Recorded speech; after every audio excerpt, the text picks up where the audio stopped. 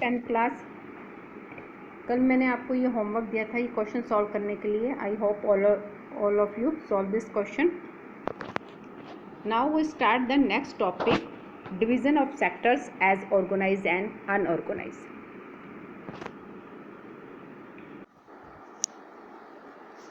तो आज हमारा टॉपिक रहेगा division of sectors as organised and unorganised, कि हम प्राइमरी, सेकेंडरी और टेरिटरी सेक्टर्स को डिवाइड करेंगे ऑर्गेनाइज और अनऑर्गेनाइज सेक्टर में। Let us examine another way of classify activity in the economy. This look at the way peoples are employed. What are their conditions of work? Are there any rules and regulations that are followed as regard their employment? तो आज हम मूल्यांकन करते हैं कि जो हमारे यहाँ क्लासीफाई की गई है इकोनॉमी के अंदर एक्टिविटी, तो वहाँ जो लोग हैं कैसे रोज़गार है, उनकी क्या कंडीशंस ऑफ वर्क है, क्या वहाँ रूल एंड रेगुलेशंस फॉलो होते हैं।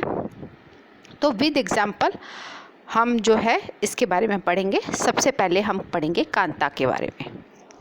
तो कांता जो है वो एक ऑफिस में वर्क करती है। उसका जो ऑफिस का टाइम है वो है 9:30 to 5:30 PM। उसकी जो सैलरी एवरी मंथ है वो रेगुलर आती है। In addition to the salary she also gets provident fund.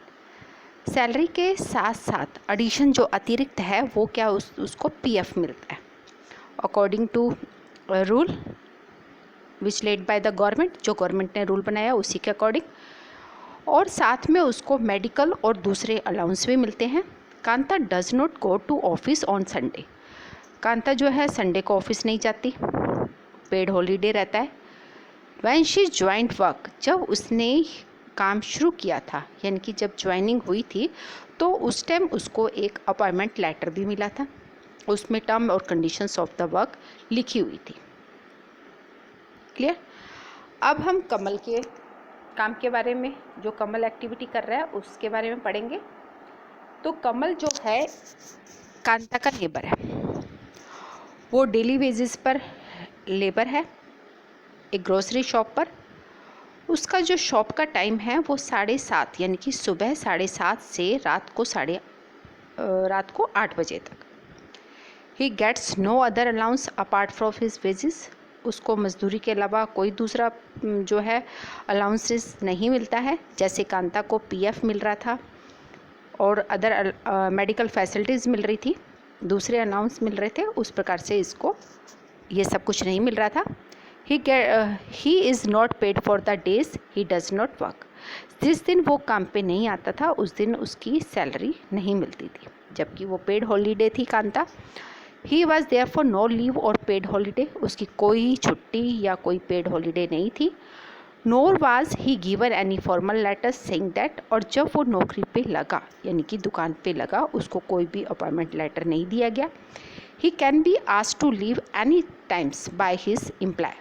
और उसके एम्प्लॉयर के द्वारा, यानी कि उसके मालिक के द्वारा उसे कभी भी नौकरी से हटाया जा सकता था।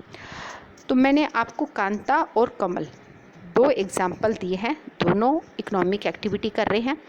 तो दोनों की इकोनॉमिक एक्टिविटी और वर्क्स ऑफ कंडीशंस, यानी कि कंडीशंस ऑफ द वर्क क्या है, आपने देखा होगा। तो कांता जो है काम कर रही है एक ऑर्गेनाइज सेक्टर के अंदर। ऑर्गेनाइज सेक्टर वो सेक्टर होता है जहाँ कवर दोज एंटरप्राइजेज और place of work where the term of employment are regular and therefore. Organise sector वो सेक्टर होता है जहाँ काम रेगुलर होता है, term of employment. People have insured work, they are registered by the government and have to follow its rule and regulations. और उस जिस भी ऑफिस में ये ऑर्गेनाइज सेक्टर में काम कर रहा है वो रजिस्टर्ड बाय गवर्नमेंट होता है और उसमें रूल एंड रेगुलेशन फॉलो होते हैं। Given in various law such as factories act, minimum wages act, payment of gratuity act, ये सभी जो रूल जो है वहाँ लागू होते हैं। जब शॉप्स एंड एस्टेब्लिशमेंट एक्ट, जहाँ सभी रूल एंड रेगुलेशन फॉलो किए जाते हैं। एम्प्लॉयमेंट्स, जो टर्म ऑफ एम्प्लॉयमेंट होता है वो रेगुलर होता है। अपॉइंटमेंट लेटर मिलता है। वर्क्स ऑफ कंडीशन जो है बिल्कुल क्लियर होती है। तो उस सेक्टर को हम ऑर्गेनाइज सेक्टर कहते हैं, क्योंकि इसके अंदर जो है फॉर्मल प्रोसेसेस एंड प्रोसीजर होता है। Some of this people may not be employed by anyone but may work on their own, but they do have to register themselves with the government and follow the rule and regulation. Some of this, इसमें से कुछ ऐसे भी होते हैं जो मे not be employed, कहीं काम नहीं करते परंतु अपना खुद का काम कर रहे हैं, तो वो जो है गवर्नमेंट के द्वारा अपने जो भी वर्क कर रहे हैं उसको रजिस्टर्ड करवाते हैं और रूल एंड रेगुलेशन को फॉलो करते हैं। इनकी ऑर्गेनाइज सेक्टर कौन सा सेक्टर होता है जहाँ रूल एंड रेगुलेशन फॉलो होते हैं, अपॉइंटमेंट लेटर भी मिलता है, कंडीशंस ऑफ द वर्क बिल्कुल क्लियर होती है, सभी रूल्स जो भी सरकार ने बनाए हैं उनको वो फॉलो करते हैं। Workers in the organise sector enjoy security of employment, और जो ऑर्गेनाइज सेक्टर में काम करते हैं उनकी जॉब भी सिक्योर होती है। They are expected to work only a fix numbers of hour, उनके काम की लिमिट भी फिक्स होती है कि उन्हें कितने घंटे काम करना है। इफ़ दे वर्क मोर, अगर वो एडिशन काम करते हैं यानी कि जितना टाइम फिक्स किया गया है उसके अलावा अगर वो काम करते हैं तो उनको ओवर टाइम दिया जाता है यानी कि एक्स्ट्रा सैलरी मिलती है। They also get सर्वल other benefit from the employers, और एम्प्लॉयर यानी कि ओनर्स की तरफ से उसको दूसरे बेनिफिट भी मिलते हैं यानी कि सैलरी के अलावा। व्हाट आर दिस बेनिफिट, तो वो कौन से बेनिफिट है जो सैलरी के अलावा उनको जो मिलते हैं। दे गेट पेड लीव, उनको पेड लीव मिलती है, payment during holidays, provident fund मिलता है, ग्रेजुटी मिलती है, ESI मिलता है, मेडिकल फैसिलिटीज़ मिलती है। They are suppose to get medical benefit under the law. The factory manager has to ensure facilities like drinking water and a safe working environment. When they retire these workers get pension as well as paid leave मिलती है, provident fund मिलता है, gratuity मिलती है, medical benefit मिलता है, और सभी रूल एंड रेगुलेशन जो है के अकॉर्डिंग जो है वह काम होता है। साफ़ पानी पीने को मिलता है, सेफ वर्किंग इन्वायरमेंट होता है, और जब वो रिटायर होते हैं तो उनको पेंशन भी मिलती है। तो ये है ऑर्गेनाइज सेक्टर के फीचर्स। क्लियर कि ऑर्गेनाइज सेक्टर क्या होता है, इसकी फीचर्स। अब बात करेंगे कमल। कमल जो है अनऑर्गेनाइज सेक्टर में काम कर रहा है। The unorganise sector is characteristics by small and sectors units which are largely outside the control of the government. Unorganise sector वो सेक्टर होता है छोटे छोटे जो बहुत ज़्यादा है परंतु गवर्नमेंट के कंट्रोल में नहीं होते हैं। There are rule and regulation but these are not followed. Rule and regulation होते हैं परंतु इनको अनऑर्गेनाइज जो सेक्टर है वो फॉलो नहीं करता है। यहाँ जो है jobs here are low paid and offer not regular. इसमें जो काम करते हैं उनकी जो वेजेज है, सैलरी है, वो भी कम होती है और रेगुलर भी नहीं होती, इनकी जॉब की कोई सिक्योरिटी नहीं होती है। There is no provision for overtime. अगर वो एक्स्ट्रा काम करते हैं तो उनको किसी प्रकार का ओवर टाइम नहीं मिलता। Paid leave, holidays, leave due to sickness, इस प्रकार की कोई भी फैसिलिटीज़ नहीं मिलती है। एम्प्लॉयमेंट इज़ नॉट सिक्योर, इनकी जॉब की कोई सिक्योरिटी नहीं है, कभी भी उनको हटाया जा सकता है। People can be asked to leave without any reason, बिना रीज़न के वो छुट्टी भी नहीं ले सकते हैं। अगर छुट्टी लेते हैं तो उनकी तनख्वाह कटती है। When there is a less work, जब काम कम होता है यानी कि ड्यूरिंग सम सीजन, कुछ सीजन ऐसे भी होते हैं जिसमें काम जो है कम होता है, तो सम पीपल्स में बी आस्क्ड टू लीव, तो कुछ लोग जो है उनको काम से हटा भी देते हैं। A lot also depend on the whims of the employer. ये एम्प्लॉयर्स की इच्छा पे डिपेंड होता है, वो चाहे तो अपने वर्कर को हटा सकता है।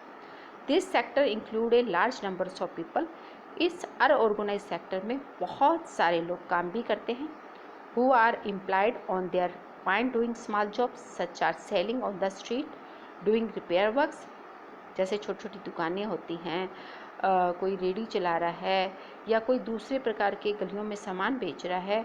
फार्मर्स है works on their own and their hire labour as and when they require. और एग्रीकल्चर का वर्क आप देख लीजिए, किसान जो है खुद भी अपने खेतों में काम करता है और कटाई के टाइम जो है लेबर को भी लगा देता है। जब कटाई का काम ख़त्म हो जाता है तो वो लेबर को हटा देता है। तो ये सभी एक्टिविटी किसके अंदर इंक्लूड है? अनऑर्गेनाइज सेक्टर के अंदर। तो ये फीचर्स है अनऑर्गेनाइज सेक्टर की कि रेगुलर वर्क नहीं होता, जॉब की कोई सिक्योरिटी नहीं है, कोई ओवर टाइम नहीं मिलता, किसी प्रकार की कोई पेड हॉलीडे नहीं होती है, पेड लीव नहीं होती है, किसी प्रकार की मेडिकल बेनिफिट नहीं मिलता है इनको, ना रिटायरमेंट के बाद पेंशन मिलती है। इनको जब चाहे एम्प्लॉयर इनको निकाल सकता है। तो किसी प्रकार की रूल एंड रेगुलेशन होते हैं परंतु उनको फॉलो नहीं किए जाते हैं और गवर्नमेंट के कंट्रोल से थोड़ा सा बाहर होते हैं। तो ये है अनऑर्गेनाइज सेक्टर की features. Let us work this out. हमने ये पढ़ा तो इसमें से कुछ एग्जाम्पल है। Which of these are unorganise sector activity. तो आप ये 7 पॉइंट दे हुए हैं, आप बताएंगे कि कौन सा पॉइंट जो है ऑर्गेनाइज सेक्टर है और कौन सा पॉइंट अनऑर्गेनाइज सेक्टर है। तो आपको अनऑर्गेनाइज सेक्टर के बारे में बतानी है कि कौन सी जो पॉइंट है वो अनऑर्गेनाइज सेक्टर है। मैंने आपको ऑर्गेनाइज और अनऑर्गेनाइज सेक्टर के बारे में बताया है। Talk to someone who has a regular job in organise sector and another who work in organise sector. यानी कि कंपेयर करना है, write the difference between organise sector and unorganise sector. Second और थर्ड कंपेयर का ही है, conditions contrast. Okay, तो ये टेबल दी हुई, table 2.3 worker in different sectors. Primary sector organise two unorganise total 242। Secondary organise 9, unorganise 54, total है 63। Territory 17, 76, 93, total 28 organise sector, यानी कि percentage 100%। What is the percentage of people in unorganise sector in agriculture. Agriculture में कितने percent लोग जो है काम कर रहे हैं अनऑर्गेनाइज सेक्टर में? Do you agree agriculture is unorganise sector activity और वाई? क्या एग्रीकल्चर अनऑर्गेनाइज सेक्टर है? अगर है तो क्यों? इसका रीज़न देना है। क्लियर? तो मैंने आज आपको क्लियर कर दिया पॉइंट कि what is the difference between organise and unorganise sector. Question ऐसे भी आ सकता है, what do you mean by organise sector, write their features. What do you mean by unorganise sector, write their features. Okay, या write the difference between organised and unorganised sector. अब बात आती है कि how to protect worker in the unorganised sector. Unorganised sector में जो worker काम कर रहे हैं हम उनको कैसे प्रोटेक्ट करेंगे, ठीक है, उनकी सुरक्षा कैसे करेंगे। The organise sector offer jobs that are most sought after. Organise sector में जॉब जो है बहुत टाइम पीरियड लग जाता है, लॉन्ग टाइम लगता है, तब जॉब की वैकेंसियाँ निकलती है। But the employment opportunity in the organise sector have been expanded very slowly. और इसमें जो है रोज़गार का जो स्तर है एक्सपेंड होने में कि इसकी जो प्रोसेसिंग है वो बहुत धीरे होती है। It is also common to find many organized sector enterprises in unorganized sector. They adopt such strategies to evade taxes and refuse to follow law that protect laborer. They adopt such strategy to evade taxes and refuse to follow law. Unorganise sector जो है taxes को बचाने के लिए और law को refuse करता है, तो that protect labourer. As a result large number of worker are force to enter the unorganise sector. Organise sector में जो है जॉब बहुत टाइम बाद निकलती है, वैकेंसियाँ बहुत कम होती हैं, वैकेंसी की जो प्रोसेसिंग है उसमें भी काफ़ी टाइम लग जाता है। इसीलिए लोग जो है अनऑर्गेनाइज सेक्टर में काम करने को तैयार हो जाते हैं, विच पे ए वेरी लो सैलरी, जहाँ सैलरी भी कम मिलती है, जहाँ उनका शोषण भी होता है, फेयर वेजेस भी उनको नहीं मिलती है। Their earning are low and not regular, उनकी अर्निंग भी कम है और वर्क की जॉब की कोई सिक्योरिटी भी नहीं है। These jobs are not secure and have no other benefit, job की कोई सिक्योरिटी नहीं और साथ में उनको किसी प्रकार का कोई बेनिफिट भी नहीं मिलता है। सिंस द 1990 की बात करें तो it is also common to see a large number of workers losing their jobs in the organise sector. 1990 की अगर हम बात करें तो ऑर्गेनाइज सेक्टर के अंदर लार्ज नंबर ऑफ वर्कर को जो है अपनी जॉब खोनी पड़ी। These workers are forced to take up jobs in the unorganise sector with low earning. और जो वर्कर ऑर्गेनाइज सेक्टर से हटा दिए गए थे, जिन्होंने अपनी जॉब खो दी थी, उनको फोर्सफुली जो है अनऑर्गेनाइज सेक्टर में काम करना पड़ा कम बेसिस पर। Beside the needs for more work there is also need for protection and support of the worker in the organise sector. जब अनऑर्गेनाइज सेक्टर में इतना काम है और अनऑर्गेनाइज सेक्टर में इतने वर्कर काम करते हैं, तो उनकी सपोर्ट करना, उनको प्रोटेक्ट करना भी ज़रूरी है। Who are this vulnerable people who need protection? तो वो ऐसे कौन से लोग हैं जिनकी सुरक्षा करनी जरूरी है? अगर हम रूरल एरिया यानी कि ग्रामीण क्षेत्र की बात करते हैं तो unorganise sector mostly compromise of landless agriculture labour, small and marginal farmer, sharecropper and artisans such as weaver, blacksmith, carpenter, goldsmith। अगर हम ग्रामीण क्षेत्र की बात करते हैं कि वहाँ अनऑर्गेनाइज सेक्टर को कंप्राइज करते हैं, तो सबसे ज़्यादा अनऑर्गेनाइज सेक्टर कहाँ है? जो लैंडलेस एग्रीकल्चर लेबर है, छोटे छोटे किसान हैं, शेयर करते हैं जो क्रॉप्स का, आर्टिशंस हैं हमारे। Nearly 80% of rural household in India are in small and marginal farmer category।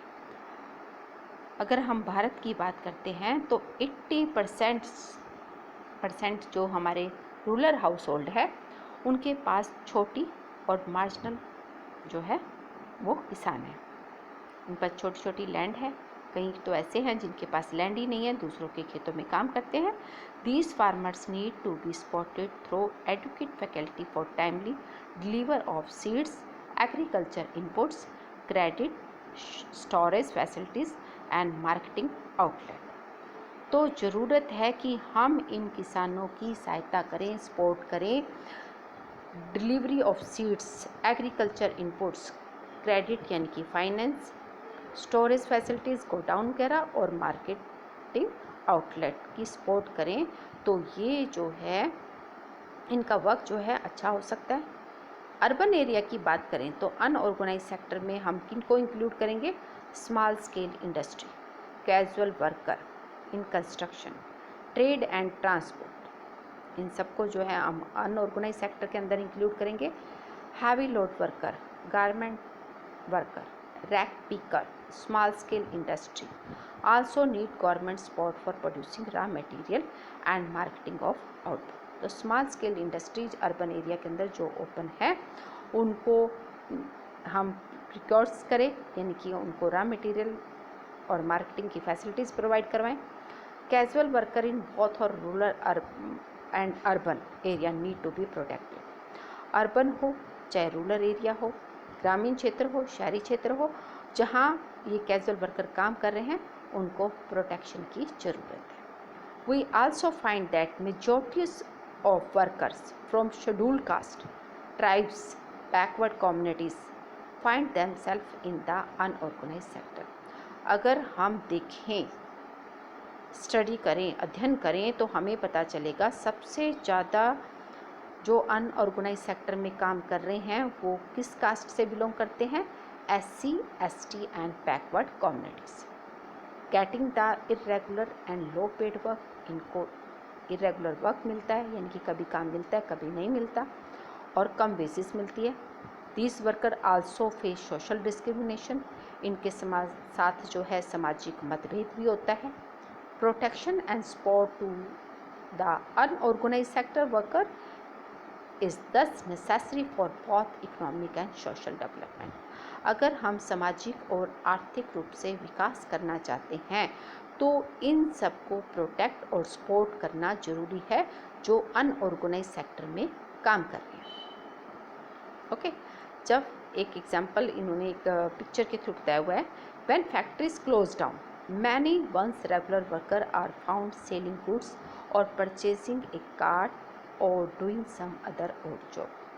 जब फैक्ट्रियाँ बंद हो जाती हैं तो ये वर्कर बेरोज़गार हो जाते हैं, तो ये अपना छोटा मोटा कोई काम धंधा शुरू कर देते हैं, जैसे सब्जी बेचना, आइसक्रीम बेचना, डिफरेंट प्रकार के ओड वर्क्स करना शुरू करते हैं. Let us recall so many activity taking place around us. One need to use the process of classification to think is a useful manner. Classification किया हमने अभी सेक्टर्स का. इकोनॉमिक एक्टिविटी को हमने 3 सेक्टर में डिवाइड किया था, प्राइमरी, सेकेंडरी एंड टेरिटरी. ये नेचर ऑफ द एक्टिविटी पे के अकॉर्डिंग जो है हम इसको डिवाइड करते हैं. बेसिक क्लासिफिकेशन किया गया.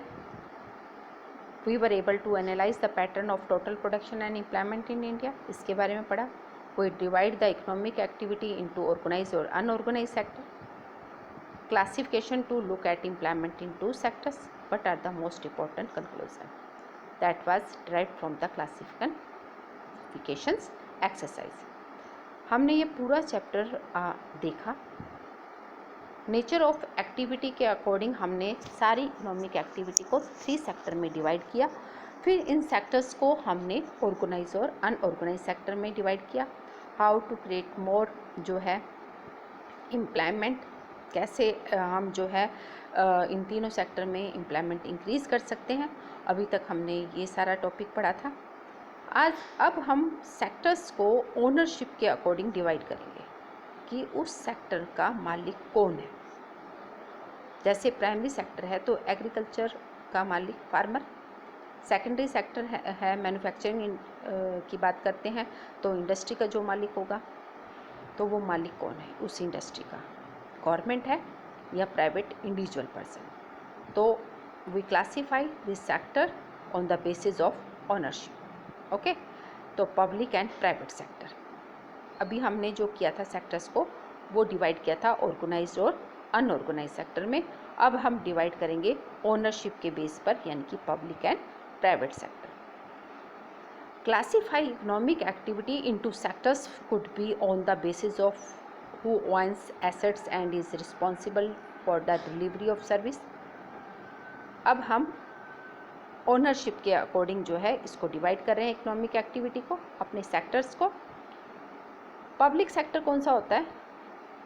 जिसमें गवर्नमेंट का कंट्रोल होता है. The government find most of the assets and provide all the service. जिसमें गवर्नमेंट की ही संपत्ति होती है और गवर्नमेंट ही सारी सर्विस प्रोवाइड करवाता है. जबकि प्राइवेट सेक्टर की अगर हम बात करते हैं, ये आपका पब्लिक था, ये आपका private sector. Ownership of assets and delivery of service is the hand of private individual या कंपनीज. यानी कि एक इंडिविजुअल पर्सन के हाथ में सारा कंट्रोल है या फिर किसी कंपनी का. अगर हम रेलवे की बात करते हैं तो ये पब्लिक सेक्टर आता है. जैसे Tata iron and steel company है, रिलायंस इंडस्ट्री, ये किसके अंडर आते हैं? Private. Okay. Activity in the private sectors are guided by the motive to earn profit. जो प्राइवेट सेक्टर है इसमें मेन जो एम होता है वो मैक्सिमम प्रॉफिट कमाने का होता है कि ज़्यादा से ज़्यादा हमें लाभ कैसे कमाना है. To get such service we have to pay money to this individuals and companies. तो हमें अगर इन की सर्विस चाहिए तो हम इसके लिए पेड करेंगे इंडिविजुअल को या कंपनी को. The purpose of the public sector is not just to earn profit. परंतु अगर हम पब्लिक सेक्टर की बात करते हैं, यानी कि गवर्नमेंट की बात कर रहे हैं, गवर्नमेंट के जो सेक्टर्स हैं जिसमें गवर्नमेंट का कंट्रोल होता है, उस सेक्टर में जो है उसका जो मेन उद्देश्य है वो प्रॉफिट कमाना नहीं है, बल्कि उनका एम होता है social welfare. Government raise money through taxes and other way to meet expenses on the service rendered by it. Government कैसे अपनी मनी को बढ़ाती है? टैक्सेस के थ्रू. गवर्नमेंट जो है टैक्स बढ़ाकर जो है मनी अर्न कर सकती है. मॉडर्न डे, अगर मॉडर्न आधुनिक युग की बात करते हैं तो government spend on a whole range of activity. What are this activity? अब गवर्नमेंट जो है बहुत प्रकार की एक्टिविटी करती है. डिफरेंट प्रकार के हमारे पब्लिक सेक्टर हैं, तो वो कौन कौन सी एक्टिविटी है जो गवर्नमेंट के द्वारा की जाती है, और why do government spend on such activity, और गवर्नमेंट जो है इन एक्टिविटी पर पैसा खर्च क्यों करती है. There are several things needed by the society as a whole but which the private sector will not provide at reasonable cost. हमारे देश में या किसी भी आप देश की बात कर सकते हो, सोसाइटी को बहुत सारी चीज़ों की ज़रूरत होती है जो private sector reasonable cost per provide नहीं करवा सकता। क्यों नहीं करवा सकता? क्योंकि प्राइवेट कंपनी जब पैसा इन्वेस्ट करती है तो उसका मेन मोटिव होता है प्रॉफिट कमाना, तो इसलिए वो कम कॉस्ट पे हमें सामान प्रोवाइड नहीं करवा सकते। Some of this need spending large sums of money, और कुछ ऐसी सर्विस होती है जिस पे बहुत बड़ी अमाउंट जो है खर्च करनी पड़ती है और एक इंडिविजुअल पर्सन के पास इतनी अमाउंट नहीं होती है, which is beyond the capacity of the private sector. Also collecting money from thousands of people who use these facilities is not easy. Thousands of people के द्वारा जो है से मनी कलेक्ट करना और ये फैसिलिटीज़ प्रोवाइड करना जो है इजी भी नहीं है, और हम इसका यूज़ कर सकें ये भी इजी नहीं है। Even if they do provide this things, अगर ये हमें ये चीज़ प्रोवाइड करवाएंगे तो बदले में हमसे ज़्यादा पैसा वसूल करेंगे। जैसे एग्जांपल है construction of road, bridge, railway, harbors, generating electricity, providing irrigation through dams. Thus, government have to undertake such heavy spending and ensure that these facilities are available for everyone. अगर हम कंस्ट्रक्शन ऑफ रोड की बात करते हैं, bridge की बात करते हैं, लेबर की बात, रेलवे की बात करते हैं, हार्बर्स की बात करते हैं, इलेक्ट्रिसिटी की बात करते हैं, इरिगेशन थ्रू डैम्स की बात करते हैं, तो इन सब चीज़ों को बनाने में बहुत पैसा खर्च होता है। और साथ में गवर्नमेंट इन चीज़ों को बनाती है तो इंश्योर भी करती है कि हर आदमी को जो है इसका फ़ायदा होना चाहिए। There are some activity which the government has to support. ऐसे बहुत सारी एक्टिविटी है जो गवर्नमेंट जो है इन पे बहुत पैसा खर्च करता है। प्राइवेट सेक्टर में not be continue their production और business unless government encourage it. For example, selling electricity at the cost of generation may push up the cost of production of goods in many industry. अगर selling electricity, बिजली बेचना, cost of generation बहुत ज़्यादा लगती है। आपने देखा होगा कि बिजली बनाने में बहुत पैसा खर्च होता है, ठीक है, और बहुत सारी इंडस्ट्रियां जो है इसका बिजली को इंडस्ट्रियों तक जो है बिजली कम रेट पे पहुंचती है और इससे प्रोडक्शन ऑफ गुड्स करते हैं। Many units, small scale units might have to shut down. और कई बार क्या होता है कि जब कॉस्ट ऑफ प्रोडक्शन जब ज़्यादा हो जाती है तो बहुत सारी यूनिट्स जो है शट डाउन भी कर लेती है। Government steps in by producing and supplying electricity at rate which this industry can afford. अगर प्राइवेट सेक्टर ये इलेक्ट्रिसिटी जो है प्रोड्यूस करे तो वो हाई रेट ऑफ इंटरेस्ट लेगा, जिसकी वजह से क्या है, स्मॉल स्केल इंडस्ट्री जो हैं वो उतना अफोर्ड नहीं कर पाएंगी, तो स्मॉल स्केल इंडस्ट्रियाँ बंद हो जाएगी। परंतु सरकार हमें जो है कम रेट पर इलेक्ट्रिसिटी प्रोवाइड करवाती है और सब इंडस्ट्रियाँ जो है इसका फ़ायदा भी उठाती हैं। Government has to bear part of the cost, और जितनी लागत लगती है, खर्चा लगता है, गवर्नमेंट उसको बियर भी करती है, सहन भी करती है। Government India by wheat and rice from farmers, सरकार जो है किसानों से कम वो अधिक दामों पर जो है एक मिनिमम स्पॉट प्राइस पर वीट और राइस परचेज करती है, फेयर प्राइस पर, और इनको गोडाउन में रखती है और उसके बाद लो प्राइस पर कंज्यूमर को राशन शॉप के थ्रू बेचती भी है। यह हम नेक्स्ट चैप्टर में फूड सिक्योरिटी इन चैप्टर में हम पढ़ेंगे किस प्रकार से सरकार जो है फार्मर से अनाज खरीद कर राशनिंग के थ्रू जो है लोगों तक पहुंचाती है। Government has to bear some of the cost. इसमें भी देखिए आप कि किसानों को जो है हाई रेट, एक मिनिमम स्पॉट प्राइस से किसानों से माल खरीदती है और कम दाम पर जो है लोगों को बेचती है, तो इसकी कॉस्ट जो लगी, कॉस्ट ऑफ प्रोडक्शन लगी, उसको सरकार वहन भी करती है, ठीक है। परंतु अगर ये प्राइवेट पर्सन जो है कभी भी ज़्यादा दाम पे सामान खरीद के कम दाम पे कभी भी नहीं बेचता, क्योंकि वो लॉस क्यों बियर करेगा, लॉस बियर नहीं कर सकता, परंतु गवर्नमेंट जो है लॉस बियर भी करती है। The government support both farmers and consumer, government किसानों को और कंज्यूमर दोनों की सहायता भी करती है, सपोर्ट भी करती है। There are large number of activity which are primary responsibility of the government. ऐसी बहुत सारी लार्ज नंबर ऑफ एक्टिविटी है जो गवर्नमेंट की प्राइमरी रिस्पॉन्सिबिलिटी है, प्राथमिक उत्तरदायित्व। The government must spend on this, government बहुत पैसा खर्च करती है, एजुकेशन पे करती है, हेल्थ पे करती है, रोड की, जैसे अभी मैंने कोई एग्जांपल अभी आपको बताया, डिफरेंट प्रकार की जो है एक्टिविटी पर पैसा खर्च करती है। We have discuss some of this insurance in the first chapter. Running proper schools, providing quality education, particular elementary education, the duty of the government. India's size of illiterate population is one of the largest in the world, क्योंकि भारत में साक्षरता की जो दर है वो बहुत कम है, बहुत लोग अनपढ़ हैं, इसलिए सरकार जो है एजुकेशन और हेल्थ पर, इन पर जो है सबसे ज़्यादा ध्यान देती है। We know that nearly half of India's children are malnourished and quarter of them are critically ill. हमें मालूम है कि भारत के जो बच्चे हैं काफ़ी, मतलब हाफ जो परसेंटेज अगर माने तो काफ़ी बच्चे कुपोषण के शिकार हैं और काफ़ी बच्चे ऐसे हैं जो बीमार ही रहते हैं क्योंकि उन्हें सही तरीके से खाना नहीं मिलता है। We have read about infant mortality rate. The infant mortality rate जो है उड़ीसा की बात करते हैं तो 53 है, मध्य प्रदेश की बात करते हैं तो 56 है, higher than some of the poorest region of the world. सबसे करीब अगर वर्ल्ड के अगर प्यूरेस्ट रीजन की बात करें तो यहाँ ये सबसे ज़्यादा जो हैं कुपोषण के शिकार हैं बच्चे। इन्फेंट मॉर्टलिटी रेट यानी कि डेथ रेट ज़्यादा है, बर्थ रेट कम है। Because of health, government also need to pay attention to aspects of human development such as availability of safe drinking water, housing facilities for the poor and food and nutrition।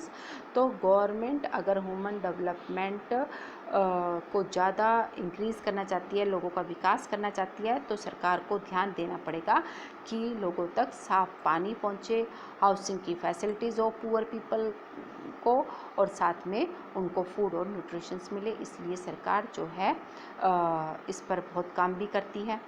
It is also duty of the government to take care of the poorest and most ignored region of the country through increased spending in such area। तो सरकार की ये responsibility है कि जो हमारी state सबसे ज़्यादा गरीब हैं, जहाँ जो है लिटरेसी रेट कम है, जहाँ हेल्थ की पोजीशन बहुत डाउन है, इन्फेंट मॉर्टलिटी रेट है, और जहाँ सबसे ज़्यादा पुअर लोग हैं उनकी तरफ अटेंशन दे, ध्यान दे, और वहाँ जो है इस प्रकार की फैसिलिटीज़ प्रोवाइड करवाए। क्योंकि अगर प्राइवेट पर्सन ये फैसिलिटीज़ प्रोवाइड करवाएगा तो वो बदले में हाई कॉस्ट लेगा, हाई प्राइस लेगा, तो क्योंकि उसका एम ही है प्रॉफिट कमाना। परंतु गवर्नमेंट का जो मेन एम है वो क्या है? Public welfare. क्लियर? तो ये हमने डिवाइड किया है, क्लासीफाई किया है on the basis of ownership. तो on the basis of ownership के अकॉर्डिंग करते हैं तो दो सेक्टर बनते हैं, प्राइवेट एंड पब्लिक। ठीक है,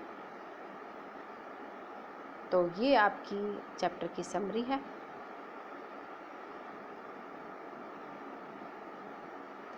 तो ये क्वेश्चन एक अराइज होगा आपके सामने, ये मोस्ट इम्पॉर्टेंट क्वेश्चन है कि why it is important for public activity to focus on certain areas, या why public sector is most important in country, या what facilities provided by the public sector. Public sector के द्वारा कौन कौन सी facilities provide करवाई जाती है और ये क्यों इम्पोर्टेंट है, और सर्टेन एरिया जो प्यूरेस्ट रीजन है उस पर पब्लिक सेक्टर जो है यानी कि गवर्नमेंट को सबसे ज़्यादा ध्यान क्यों देना चाहिए। What do you mean bye GDP, what is the contributions in GDP bye all sectors. तो ये आज आपका चैप्टर जो है कंप्लीट हो गया है। पहले सभी वीडियो को ध्यान से सुने, उसके बाद जो है एक्सरसाइज का question number 1 and question number 2 solve by themself. अपने आप आपको ये क्वेश्चन नंबर 1, 2 एंड 3, 4 ये आपको सॉल्व करने हैं, आपको बताना है। ये आप टेबल देखेंगे, टेबल के थ्रू कौन सा जो है नेचर ऑफ एम्प्लॉयमेंट के अकॉर्डिंग बताना है, ऑर्गेनाइज है कि अनऑर्गेनाइज है। ओके, उसके बाद आप क्वेश्चन 1 to 5 क्वेश्चन आप सॉल्व करेंगे, और सॉल्व करने के बाद अपना होमवर्क प्लीज़ सेंड करें फॉर चेकिंग। चेक करने के लिए आप अपना होमवर्क जो है मुझे सेंड करें, ताकि मैं देखूं कि आपने होमवर्क कंप्लीट किया है कि नहीं किया है। If any problem please message me my personal number.